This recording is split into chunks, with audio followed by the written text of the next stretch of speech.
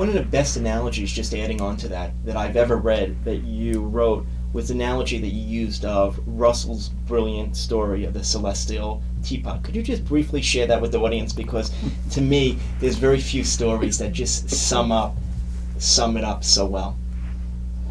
Well, you cannot disprove the existence of any God. Disproof doesn't really come into it.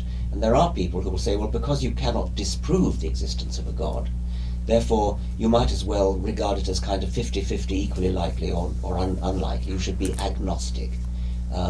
Being agnostic is a perfectly sensible thing to be in one sense, but in the sense of regarding it as something you can't make any judgment on. It's like tossing a coin. There may be a God, there may not be a God. Therefore, there's a 50% chance that there is one.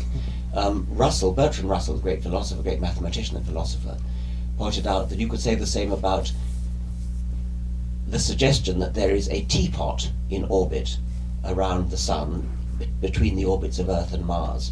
And because we cannot disprove the existence of this teapot, we ought to keep a totally open mind about whether there is a teapot in orbit or not.